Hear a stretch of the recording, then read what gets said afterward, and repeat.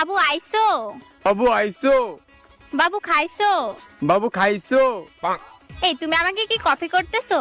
এই তুমি কি আমাকে কপি করতেছো? বাবু আমি শপিং এ যাব। বাবু আমি এখন বাসায় যাব।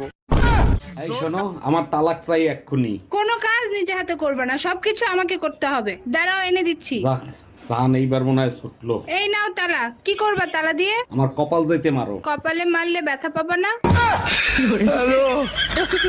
জানেন ভাবি, ভাই আপনাকে এক ফোঁটাও ভালোবাসে না। আরে কি বলেন, আপনি জানেন না, অনেক ভালোবাসে। তাইলে আপনি যখন হারায় গেছিলেন তখন পুলিশের রিপোর্ট লেখায় নাই কেন? কারণ এর আগে মোটরসাইকেল হারাইছিল, পুলিশে 15 দিন ইউজ করে তারপর ফেরত দিচ্ছে। ও আচ্ছা।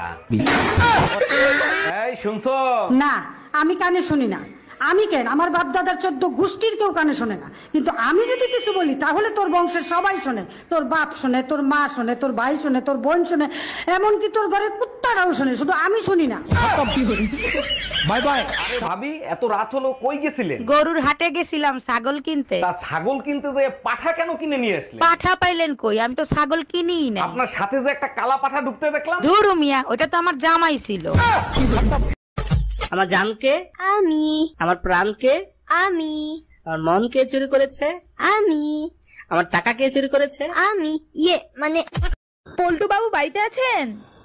হ্যাঁ, বাড়িতে তো আছি, কিন্তু আজকে কিন্তু ভিক্ষা টিক্কা দিতে পারবো না, বলে দিলাম। আমি ভিক্ষা নিতে আসিনি, আগামী বুধবার আমার ভিক্ষার হালখাতা, তাই নিমন্ত্রণ করতে আসলাম।